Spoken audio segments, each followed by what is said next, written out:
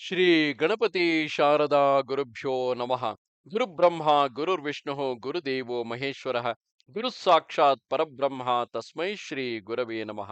ಶ್ರೋತೃಗಳಿಗೆ ಶ್ರೀ ಸಚ್ಚಿದಾನಂದೇಂದ್ರ ಸರಸ್ವತಿ ಸ್ವಾಮಿಗಳವರು ನೀಡಿರುವ ಭಗವದ್ಗೀತೆ ಕುರಿತಾದ ಉಪನ್ಯಾಸ ಮಾಲಿಕೆಯಲ್ಲಿ ಪರಮಾತ್ಮ ಜ್ಞಾನವು ಯಾರಿಗೆ ಆಗುವುದು ಎಂಬ 64ನೆಯ ಉಪನ್ಯಾಸಕ್ಕೆ ಸ್ವಾಗತ. ಉಪನ್ಯಾಸಗಳು ನಿಂತು ನಡುವೆ 2 ವಾರವಾಯಿತು. ಅಂದರೆ ಆ ಸಮಯದಲ್ಲಿ. ಆದ್ದರಿಂದ ಹಿಂದಿನ ವಿಚಾರಗಳನ್ನು ಸ್ವಲ್ಪ ನೆನಪಿಗೆ ತಂದುಕೊಂಡು ಮುಂದಕ್ಕೆ ಸಾಗೋಣ. ಜ್ಞಾನಕ್ಕೂ ವಿಜ್ಞಾನಕ್ಕೂ ಇರುವ ತಾರತಮ್ಯವನ್ನು ತಿಳಿದುಕೊಂಡದ್ದಾಗಿದೆ. ಅನುಭವಕ್ಕೆ ತತ್ವವನ್ನು ಹೊಂದಿಸಿಕೊಳ್ಳುವುದು ಹೇಗೆ, ಅದನ್ನು ಸ್ವಲ್ಪ ವಿವರಿಸಿದ್ದಾಗಿದೆ. ಪರಮಾರ್ಥ ತತ್ವವಾಗಿರುವ ಭಗವಂತನು ತನ್ನ ಪರಸ್ವರೂಪವು ಅಚ್ಚಳಿಯದಂತೆ ಹಾಗೆಯೇ ಇದ್ದುಕೊಂಡು ಜಗದ್ರೂಪವಾಗಿ ಕಾಣಿಸಿಕೊಳ್ಳುತ್ತಾನೆ. ತನ್ನ ಪರಸ್ವರೂಪದಲ್ಲೇ ಇದ್ದುಕೊಂಡು ಮನುಷ್ಯ ರೂಪವನ್ನು ಧರಿಸಿ ಅವತರಿಸುತ್ತಾನೆ. ರತ್ನವು ಎಲ್ಲಿದ್ದರೂ ರತ್ನವೇ. ಇದರಂತೆ ತತ್ವವು ಯಾವ ರೂಪದಿಂದ ಎಲ್ಲಿ ಕಾಣಿಸಿಕೊಂಡರೂ ತತ್ವವೇ. ಪರಮಾತ್ಮನು ಮನುಷ್ಯರ ಅಥವಾ ಮತ್ತೆ ಯಾವ ಪ್ರಾಣಿಗಳ ರೂಪವನ್ನು ಧರಿಸಿದರೂ ಅದೇ ಪರಮಾತ್ಮನೇ ಆಗಿರುತ್ತಾನೆ. ಡಾಕ್ಟರು ಎನಿಸಿಕೊಳ್ಳುವವನು ಹೀಗಿರಬೇಕು. ರೋಗಿಗಳ ಗುಂಪಿನಲ್ಲಿ ಸೇರಿದ್ದರೂ ತಮಗೆ ರೋಗದ ಅಂಟು ಬರಬಾರದು. ರೋಗಿಗಳಿಗೆ ತನ್ನಿಂದ ಉಪಯೋಗವಾಗಬೇಕು. ಇದರಂತೆ ಪರಮಾತ್ಮನು ಶರೀರಧಾರಿಯಾದರೂ ಮತ್ಸ್ಯ ಕೂರ್ಮಾದಿ ಶರೀರಗಳನ್ನು ಧರಿಸುವಾಗಲೂ ಯಾವ ಶರೀರದ ಅಂಟು ಆತನಿಗೆ ಆಗುವುದಿಲ್ಲ. ಯಾವ ಶರೀರವನ್ನು ಧರಿಸಿದರೂ ಲೋಕಕ್ಕೆ ಆತನ ಅನುಗ್ರಹವಾಗುತ್ತದೆ. ನಾವು ನಮ್ಮ ಶರೀರೇಂದ್ರಿಯಗಳ ವಶರಾಗಿರುತ್ತೇವೆ. ಅವು ಹೇಳಿದಂತೆ ನಾವು ಕೇಳಬೇಕಾಗಿದೆಯೇ ಹೊರತು ಅವು ನಮ್ಮ ಇಷ್ಟದಂತೆ ನಡೆಯುವುದಿಲ್ಲ. ನಮ್ಮ ಶರೀರಾದಿಗಳೆಲ್ಲ ನಮ್ಮ ಕರ್ಮದ ಫಲವೇ. ಆದರೂ ಅವು ಯಾವುವು ನಮ್ಮ ಮಾತು ಕೇಳುವಂತಿಲ್ಲ. ನಮ್ಮ ಈಗಿನ ಮನಸ್ಸಿನ ವೃತ್ತಿಗಳು ನಮ್ಮ ಹಿಂದಿನ ಕರ್ಮಕ್ಕೆ ಅನುಗುಣವಾಗಿ ಉಂಟಾಗಿರುತ್ತವೆ. ಆದರೂ ನಾವು ಅವುಗಳು ಕುಣಿಸಿದಂತೆ ಕುಣಿಯಬೇಕು. ಆದರೆ ಭಗವಂತನು ಹೀಗಲ್ಲ. ಆತನು ಯಾವ ಶರೀರವನ್ನು ಧರಿಸಿದರೂ ಆತನ ಇಷ್ಟದಂತೆ ಅವುಗಳನ್ನು ಸೃಷ್ಟಿ ಮಾಡಿಕೊಂಡಿರುತ್ತಾನೆ. ಆಧ್ಯಾತ್ಮಿಕ ಸಂಪತ್ತೆಲ್ಲವೂ ಅವನ ವಶವಾಗಿ ಅವನ ಇಚ್ಛೆಯನ್ನು ನೆರವೇರಿಸುವುದಕ್ಕೆ ಯಾವಾಗಲೂ ಸಿದ್ಧವಾಗಿರುತ್ತದೆ. ತನ್ನ ಕಾರ್ಯವು ನೆರವೇರುವುದಕ್ಕೆ ಎಂಥ ರೂಪವು ಬೇಕೋ ಅಂಥ ವೇಷವನ್ನು ಸ್ವತಂತ್ರನಾಗಿ ಆತನು ಧರಿಸುತ್ತಾನೆ. ಆತನು ಸರ್ವವ್ಯಾಪಕನಾದರೂ ಯಾವ ಶರೀರದಲ್ಲಿಯಾದರೂ ಅಡಗಿಕೊಂಡಂತೆ ತೋರಿಸಿಕೊಳ್ಳಬಲ್ಲನು. ಒಂದೇ ಕಾಲಕ್ಕೆ ಬೇಕಾದರೂ ಅನೇಕ ಪ್ರಾಣಿಗಳ ರೂಪವನ್ನು ತಾಳಬಲ್ಲನು.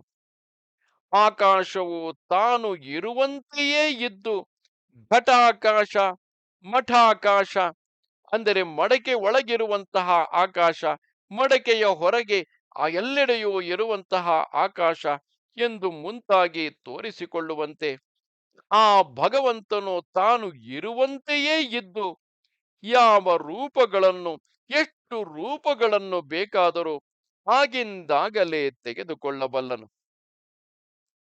ವತ್ಸಾಪಹರಣ ಕಾಲದಲ್ಲಿ ಹಸುಗಳು, ಕರುಗಳು, ಗೋಪಾಲಕರು ಎಲ್ಲವೂ ಆಗಿ ಶ್ರೀಕೃಷ್ಣನು ತೋರಿಕೊಂಡ ಅದ್ಭುತ ಲೀಲೆಯು ಈ ಬಗೆಯದು. ಆ ಮಹಾತ್ಮನು ಭೂತ ಮಹೇಶ್ವರನು. ಎಂದರೆ ಪಂಚಭೂತಗಳಿಗೂ ಬ್ರಹ್ಮಾದಿ ಸ್ತಂಭ ಪರ್ಯಂತವಾದ ಭೂತಗಳಿಗೂ ಒಡೆಯನು. ಆದ್ದರಿಂದ ಇಂಥ ಅದ್ಭುತ ಲೀಲೆಯು ಆತನಿಗೆ ಲೀಲಾ ಮಾತ್ರವಾಗಿರುತ್ತದೆ. ಆದರೂ ಮೂಢರು ಆ ಮಹಾನುಭಾವನನ್ನು ತಿರಸ್ಕರಿಸುವರು. ಏಕೆಂದರೆ ಅವರಿಗೆ ಆತನ ಪರಭಾವವು ತಿಳಿಯದು. ಅವರು ಶರೀರದಲ್ಲಿ ನೆಟ್ಟ ಬುದ್ಧಿಯುಳ್ಳವರಾಗಿರುವರು. ಅವರಿಗೆ ಪರಮಾತ್ಮನ ಹೆಚ್ಚಿನ ಸ್ವರೂಪದ ಅರಿವು ಹೀಗೆ ಆಗಬೇಕು. ಮೋಘಾಶ ಮೋಘ ಕರ್ಮಾಣೋ ಮೋಘ ಜ್ಞಾನ ವಿಚೇತಸಃ ರಾಕ್ಷಸೀ ಮಾಸುರೀಂಚೈವ ಪ್ರಕೃತಿಂ ಮೋಹಿನೀಂ ಶ್ರಿತಾಃ. ಆ ಮೂಢರಿಗೆ ಆಶೆಗಳು ಹೆಚ್ಚಾಗಿ ಉಂಟಾಗುತ್ತಿರುವವು, ಆದರೆ ಅವುಗಳು ನೆರವೇರುವುದೇ ಕಡಿಮೆ. ಹೀಗಿರುವಲ್ಲಿ ಅವರಿಗೆ ಪರಮಾತ್ಮನು ಸತ್ಯ ಸಂಕಲ್ಪನು, ಇಚ್ಛಾ ಮಾತ್ರದಿಂದ ಸೃಷ್ಟ್ಯಾದಿಗಳನ್ನು ಮಾಡಬಲ್ಲನು, ಇಚ್ಛಾ ಮಾತ್ರದಿಂದ ಬೇಕಾದ ಶರೀರವನ್ನು ನಿರ್ಮಿಸಿಕೊಳ್ಳಬಲ್ಲನು ಎಂಬುದು ಹೀಗೆ ಮನಸ್ಸಿಗೆ ಹೊಳೆಯಬೇಕು. ಮೋಘ ಕರ್ಮರು ಅವರು ಮಾಡುವ ಕರ್ಮಗಳು ಅವಿವೇಕಿಗಳಿಗೆ ಭಾರಿಯ ಕೆಲಸಗಳಾಗಿ ಕಾಣಬಹುದು. ಆದರೆ ಫಲತಃ ನೋಡಿದರೆ ಆ ಕರ್ಮಗಳಿಗೆ ಯಾವುದೊಂದು ಪ್ರಯೋಜನವೂ ಆಗಿರುವುದಿಲ್ಲ. ಅವರು ಕರ್ಮವನ್ನು ಮಾಡುತ್ತಲೇ ಇರುವರು, ಫಲವು ಆಗುವುದೇ ಇಲ್ಲ. ಒಬ್ಬನನ್ನು ಹಗ್ಗದಿಂದ ಕಟ್ಟಿ ಎಲ್ಲರೂ ಎಲ್ಲ ಕಡೆಗೂ ಸಮಬಲದಿಂದ ಎಳೆದರೆ ಆ ವ್ಯಕ್ತಿಯು ಇದ್ದಲ್ಲಿಯೇ ಇರುವನಲ್ಲವೇ? ಹೀಗಿದೆ ಆ ಮೂಢರು ಮಾಡುವ ಕರ್ಮಗಳ ಫಲವು. ಇಷ್ಟೇ ಅಲ್ಲ, ಅವರ ಜ್ಞಾನವೂ ಮೋಘವಾಗಿರುತ್ತದೆ. ಅವರಿಗೆ ತಿಳುವಳಿಕೆ ಹೆಚ್ಚು. ಅವರು ಮಾತಾಡುವುದನ್ನು ನೋಡಿದರೆ ಸರ್ವಜ್ಞರೋ ಎಂಬಂತೆ ಕಾಣಿಸಿಕೊಳ್ಳುವರು. ಆದರೆ ಆ ಜ್ಞಾನಕ್ಕೆ ಫಲವೇನು? ತಿನ್ನುವುದಕ್ಕೆ ರಾಗಿಯ ಕಾಳಿಲ್ಲ ಎಂಬಂತೆ ಇರುವುದು ಅವರ ಪಾಡು. ಜ್ಞಾನ ಎಂದರೇನು? ಸಾವಿದ್ಯಾ ಯಾ ವಿಮುಕ್ತಯೇ, ಯಾವುದು ಮುಕ್ತಿಗೆ ಕಾರಣವಾಗುವುದೋ ಅದೇ ನಿಜವಾದ ವಿದ್ಯೆ. ಆದರೆ ಲೌಕಿಕರ ವಿದ್ಯೆ ಎಂಬುದು ಇದಕ್ಕೆ ವಿರುದ್ಧವಾಗಿರುತ್ತದೆ. ಅವರಿಗೆ ವ್ಯವಹಾರದ ಜ್ಞಾನವು ದಿನ ದಿನಕ್ಕೆ ಹೆಚ್ಚುತ್ತಲೇ ಇರುತ್ತದೆ. ಆದರೆ ಆ ತಿಳಿವಳಿಕೆ ಹೆಚ್ಚಿದಷ್ಟೂ ದುಃಖವು, ಬಂಧವು ಹೆಚ್ಚುತ್ತಲೇ ಇದೆ. ರಾಗ ದ್ವೇಷಗಳು ಹೆಚ್ಚುತ್ತಲೇ ಇವೆ. ಪರಸ್ಪರ ಅನುರಾಗವು ಕಡಿಮೆಯಾಗುತ್ತಲೇ ಇದೆ. ಒಬ್ಬನು ಮನಃಶಾಸ್ತ್ರವನ್ನು ಓದುತ್ತಾನೆ. ಗಂಧವನ್ನು ಹಚ್ಚಿದರೆ ಸುಖವನ್ನು ತರುವುದು, ಮುಳ್ಳು ಚುಚ್ಚಿದರೆ ದುಃಖವನ್ನು ತರುವುದು ಒಂದೇ ನರ ಎಂದು ಶಾರೀರಶಾಸ್ತ್ರದ ವಿಜ್ಞಾನದಿಂದ ಕಂಡುಕೊಳ್ಳುತ್ತಾನೆ. ಈ ಜ್ಞಾನದಿಂದ ಯಾವ ಉಪಯೋಗವಾದೀತು? ಮನುಷ್ಯನ ದುಃಖವನ್ನು ಕಡಿಮೆ ಮಾಡುವುದಕ್ಕೂ ಸುಖವನ್ನು ಹೆಚ್ಚಿಸುವುದಕ್ಕೂ ಅದರಿಂದ ಆಗುವುದೇ? ಎಂದಿಗೂ ಇಲ್ಲ. ಯಾರು ಮೂಢರೋ ಅವರು ವಿಚೇತಸ್ಕರು. ಅವರ ಮನಸ್ಸು ಹರಿದಾಡುತ್ತಿರುವುದರಿಂದ ಯಾವ ವಿವೇಕವೂ ಅವರಿಗೆ ಇರುವುದಿಲ್ಲ. ಅವರ ಆಶೆಗಳು, ಕರ್ಮಗಳು, ಜ್ಞಾನವು ಹೀಗೆ ವ್ಯರ್ಥವಾಗಿರುವುದಕ್ಕೆ ಕಾರಣವೇನು? ಅವರು ಏತಕ್ಕೆ ಹೀಗೆ ಮೂಢರಾಗಿರುವರು ಎಂದರೆ, ಅವರು ಆಶ್ರಯಿಸಿರುವ ರಾಕ್ಷಸಿ ಪ್ರಕೃತಿಯೇ, ಅಸುರಿ ಪ್ರಕೃತಿಯೇ ಇದಕ್ಕೆಲ್ಲ ಮೂಲವು. ಅಸುರಿ ಪ್ರಕೃತಿಯು ಯಾರನ್ನು ಆವರಿಸಿಕೊಂಡಿರುವುದೋ ಅವರಿಗೆ ಅದು ದಿಕ್ಕು ತೋಚದಂಥ ಅವಿವೇಕವನ್ನು ಉಂಟು ಮಾಡಿಬಿಡುತ್ತದೆ. ಯಾರು ಈ ಪ್ರಕೃತಿಯ ಫಲವಾದ ಮೋಹಕ್ಕೆ ಒಳಗಾಗಿರುವರೋ ಅವರು ತಾವು ಕೆಟ್ಟು ಉಳಿದವರನ್ನು ಕೆಡಿಸುತ್ತಾರೆ. ತಾವು ಮಾಡುವ ತಪ್ಪು ನಮಗೆ ತಿಳಿಯದಿರುವುದೇ, ನಾವು ಮಾಡುವ ತಪ್ಪು ನಮಗೆ ತಿಳಿಯದಿರುವುದೇ ಮೋಹದ ಕಾರ್ಯವು. ಈ ಅಸುರಿ ಸಂಪತ್ತನ್ನು 16ನೆಯ ಅಧ್ಯಾಯದಲ್ಲಿ ಭಗವಂತನು ವಿಸ್ತಾರವಾಗಿ ವರ್ಣಿಸುವನು. ಅಸುರ ಪ್ರಕೃತಿಯವರು ಯಾವಾಗಲೂ ಈ ಮೋಹದೃಷ್ಟಿಯಿಂದಲೇ ನೋಡುತ್ತಿರುವುದರಿಂದ ಭಗವಂತನ ಪರಭಾವವು ಅವರಿಗೆ ತಿಳಿಯುವಂತಿರುವುದಿಲ್ಲ. ಶ್ರೀಕೃಷ್ಣನು ಗೊಲ್ಲನ ಮಗನು, ವಸುದೇವನ ಮಗನಲ್ಲ ಎಂದೇ ಶಿಶುಪಾಲಾದಿಗಳ ಭಾವನೆಗಿತ್ತು. ಕಂಸನ ಸಭೆಯಲ್ಲಿದ್ದ ಮಂತ್ರಿಗಳು ಧರ್ಮ, ಯಜ್ಞ ಯಾಗಗಳು, ಬ್ರಾಹ್ಮಣರು ಇವೆಲ್ಲ ಶ್ರೀಹರಿಯ ಶರೀರವಂತೆ, ಇವುಗಳೆಲ್ಲ ಎಲ್ಲಿರುವವೋ ಅಲ್ಲಿ ಭಗವಂತನು ಅವತರಿಸುವನಂತೆ. ಆದ್ದರಿಂದ ಯಜ್ಞಾದಿಗಳನ್ನು ಕೆಡಿಸೋಣ, ಬ್ರಾಹ್ಮಣರನ್ನು ಹಿಂಸಿಸೋಣ ಎಂದು ಸಲಹೆಯನ್ನು ಕೊಡುತ್ತಿದ್ದರಂತೆ. ಹಿರಣ್ಯಕಶಿಪುವು ಬ್ರಹ್ಮನನ್ನು ಕುರಿತು ಘೋರವಾದ ತಪಸ್ಸು ಮಾಡಿ ಅವನಿಂದ ವರವನ್ನು ಪಡೆಯುವವರೆಗೆ ನಮ್ರನಂತೆ ಇದ್ದರೂ ಆಮೇಲೆ ಲೋಕಪಾಲಕರನ್ನು ಕೂಡ ಹಿಂಸಿಸುವುದಕ್ಕೆ ಮೊದಲು ಮಾಡಿದನಂತೆ. ಇದೆಲ್ಲ ಅಸುರ ಸಂಪತ್ತಿನ ಮೋಹದ ವಿಲಾಸವಲ್ಲದೆ ಮತ್ತೇನು? ಈಗಲೂ ಯಾರು ಯಾರಿಗೆ ಅಸುರ ಭಾವದ ಸ್ವಾರ್ಥ ಬುದ್ಧಿಯು ಬಲಿತುಕೊಂಡಿರುವುದೋ ಅವರಿಗೆ ಈ ಮೋಹವು ಕವಿದುಕೊಂಡಿರುತ್ತದೆ. ಅವರಿಗೆ ಭಗವಂತನ ಭೂತ ಮಹೇಶ್ವರವಾದ ಪರಭಾವವನ್ನು ಕಾಣದಂತೆ ಅಡ್ಡಿ ಮಾಡುತ್ತಿರುತ್ತದೆ. ಮಹಾತ್ಮಾನಸ್ತು ಮಾಂ ಪಾರ್ಥ ದೈವೀಂ ಪ್ರಕೃತಿಮಾಶ್ರಿತಾಃ ಭಜಂತ್ಯನನ್ಯ ಮನಸೋ ಜ್ಞಾತ್ವಾ ಭೂತಾದಿಮವ್ಯಯಂ. ಆದರೆ ಯಾರು ಇದಕ್ಕೆ ವಿಪರೀತವಾದ ಭಾವವುಳ್ಳವರಾಗಿರುವರೋ, ಯಾರು ದೈವ ಪ್ರಕೃತಿಯನ್ನು ಅವಲಂಬಿಸಿದವರಾಗಿರುವರೋ ಅವರು ಮಾತ್ರ ಭಗವಂತನ ಸ್ವರೂಪವನ್ನು ಕಂಡುಕೊಳ್ಳಬಲ್ಲರು. ಈ ದೈವ ಪ್ರಕೃತಿಯು ಅವರಿಗೆ ಅನೇಕ ಜನ್ಮಗಳಲ್ಲಿ ಮಾಡಿರುವ ಪುಣ್ಯ ಕರ್ಮದ ಫಲವಾಗಿ ಬಂದಿರುತ್ತದೆ. ಅವರು ಪರಮಾತ್ಮನು ಯಾವ ರೂಪದಲ್ಲಿ ಇದ್ದಾನೆಂಬುದನ್ನು ಗಣಿಸುವುದಿಲ್ಲ. ಋಷಿಗಳೆಲ್ಲರೂ ವೇದದಲ್ಲಿ ಹುಡುಕುತ್ತಿರುವ ಪರತತ್ವವು ನಂದನ ಮನೆಯ ಅಂಗಳದಲ್ಲಿ ಓಡಾಡುತ್ತಿದೆ ಎನ್ನುವರು. ಆ ಮಹನೀಯರು ಸತ್ಪುರುಷರನ್ನು ನಾವು ಹೀಗೆಯೇ ಕಂಡುಹಿಡಿಯಬೇಕು. ಅದು ಪುಣ್ಯದ ಫಲದಿಂದಲೇ ಗೊತ್ತಾಗುವುದು. ಅವರ ರೂಪು, ಸಂಪತ್ತು, ಜಾತಿ, ಕುಲ, ವಿದ್ಯೆ ಮುಂತಾದವುಗಳನ್ನು ಲೆಕ್ಕಕ್ಕೆ ತೆಗೆದುಕೊಳ್ಳತಕ್ಕದ್ದಲ್ಲ. ಅವರ ಯೋಗ್ಯತೆಗೆ ಮುಖ್ಯವಾಗಿರಬೇಕು. ದೈವ ಪ್ರಕೃತಿಯವರು ಪರಮಾತ್ಮನು ಧರಿಸಿರುವ ಶರೀರವನ್ನು ಲಕ್ಷ್ಯದಲ್ಲಿಡದೆ ಒಳಗಿನ ಪರತತ್ವಕ್ಕೆ ಹೆಚ್ಚಿನ ಬೆಲೆಯನ್ನು ಕೊಡುವರು. ಈತನೇ ಸಕಲ ಭೂತಗಳಿಗೂ ಆದಿಯು, ಈತನೇ ಅವ್ಯಯನು ಎಂದು ಅನನ್ಯ ಮನಸ್ಕರಾಗಿ ಆತನನ್ನೇ ಭಜಿಸುವರು. ದೈವ ಪ್ರಕೃತಿಯ ಮಹಾತ್ಮರು ಆ ಭಗವಂತನನ್ನು ಹೇಗೆ ಭಜಿಸುತ್ತಾರೆ ಎಂದರೆ, ಸತತಂ ಕೀರ್ತಯಂತೋ ಮಾಂ ಯತಂತಶ್ಚ ದೃಢವ್ರತಾಃ ನಮಸ್ಯಂತಶ್ಚ ಮಾಂ ಭಕ್ತ್ಯ ನಿತ್ಯಯುಕ್ತ ಉಪಾಸತೆ. ಆತನನ್ನು ಯಾವಾಗಲೂ ಕೀರ್ತನ ಮಾಡುತ್ತಿರುವರು, ದೃಢವ್ರತದಿಂದ ಸಾಧನವನ್ನು ಮಾಡುತ್ತಿರುವರು, ಆತನನ್ನೇ ಭಕ್ತಿಯಿಂದ ನಮಸ್ಕರಿಸುತ್ತಿರುವರು.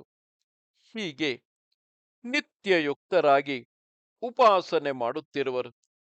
ವೇದದಲ್ಲಿ ಪರಮಾರ್ಥವನ್ನು ಇದ್ದದ್ದು ಇದ್ದಂತೆ ಅರಿಯುವ ತತ್ವಜ್ಞಾನವೆಂದು, ಅದೇ ಪರಮಾರ್ಥವಾದ ಪರಮಾತ್ಮನೇ ಭೂತಗಳಿಗೆ ಆದಿಯೂ ಅವ್ಯಯವೂ ಆಗಿರುವ ಅದೇ ಭಗವಂತನೇ ಸಗುಣ ಸಾಕಾರ ರೂಪವನ್ನು ಧರಿಸಿಕೊಂಡು ಭಕ್ತರ ಮೇಲೆ ಅನುಗ್ರಹ ಮಾಡುತ್ತಿರುವನು ಎಂದು ನಂಬಿ ಸತತವಾಗಿ ಆದರದಿಂದ ಆರಾಧನೆ ಮಾಡುತ್ತಿರುವ ಉಪಾಸನೆ ಎಂಬ ಎರಡು ಬಗೆಯ ಜ್ಞಾನವನ್ನು ಉಪದೇಶ ಮಾಡಿರುತ್ತದೆ. ಇಲ್ಲಿ ಈಗ ಉಪಾಸನೆಯ ಕ್ರಮವನ್ನು ತಿಳಿಸುವುದಕ್ಕಾಗಿ ಭಗವಂತನ ಸಗುಣ ಸಾಕಾರ ರೂಪವನ್ನು ಪ್ರಸ್ತಾಪಿಸಿರುತ್ತದೆ. ಸಗುಣ ಭಕ್ತರಾದ ಮಹಾತ್ಮರು ಆ ಭಗವಂತನನ್ನು ಎಡೆಬಿಡದೆ ಕೀರ್ತನ ಮಾಡುತ್ತಿರುವರು. ಭಗವಂತನ ವೀರ್ಯ, ತೇಜಸ್ಸು, ಕೀರ್ತಿ, ಔದಾರ್ಯ, ಸಂಪತ್ತು ಮುಂತಾದವುಗಳನ್ನು ಹಾಡಿ ಹೊಗಳುವುದು ಯಾರಿಗೆ ತಾನೇ ಆನಂದಕರವಲ್ಲ. ಅಸುರ ಪ್ರಕೃತಿಯವರನ್ನು ಬಿಟ್ಟರೆ ಮಿಕ್ಕೆಲ್ಲರಿಗೂ ಅದು ಸುಖಕರವಾಗಿಯೇ ಇರುತ್ತದೆ. ಆದರೆ ವಿಶೇಷವಾಗಿ ದೈವ ಪ್ರಕೃತಿಯವರಾಗಿರುವ ಮಹಾತ್ಮರಿಗೆ ಇದು ನಿತ್ಯ ಜೀವನವಾಗಿರುತ್ತದೆ. ಅವರು ತಮ್ಮ ಆಯಸ್ಸನ್ನೆಲ್ಲ ಈ ಕೀರ್ತನೆಗೆ ಹಾಕುತ್ತಾರೆ ಎನ್ನಬಹುದು.